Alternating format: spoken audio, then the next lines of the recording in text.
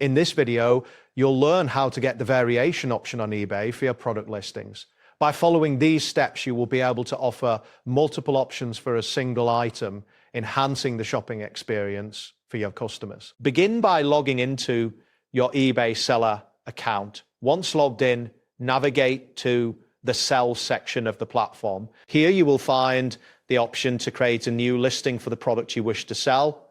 Enter essential details such as the title, category, and product description. It is crucial to select the correct category since only certain categories support product variations.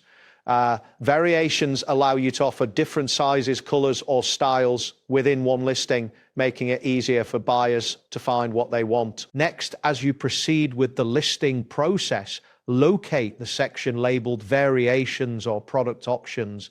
If the category you selected supports variations, you will see an option to add them to your listing. Click on this option to enable variations. You can then start adding specific attributes such as size, color, or material. Each variation can have its own price, quantity, and stock information, so input these details carefully for each option you wish to offer.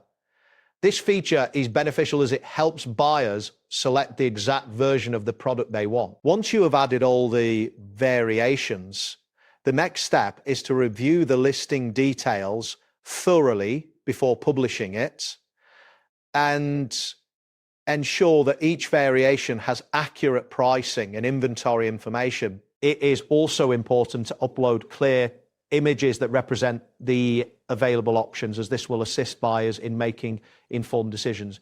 After verifying all the details, you can publish the listing to make it visible on the eBay marketplace. After publishing, buyers will now see the option to choose their preferred variation directly from the product page.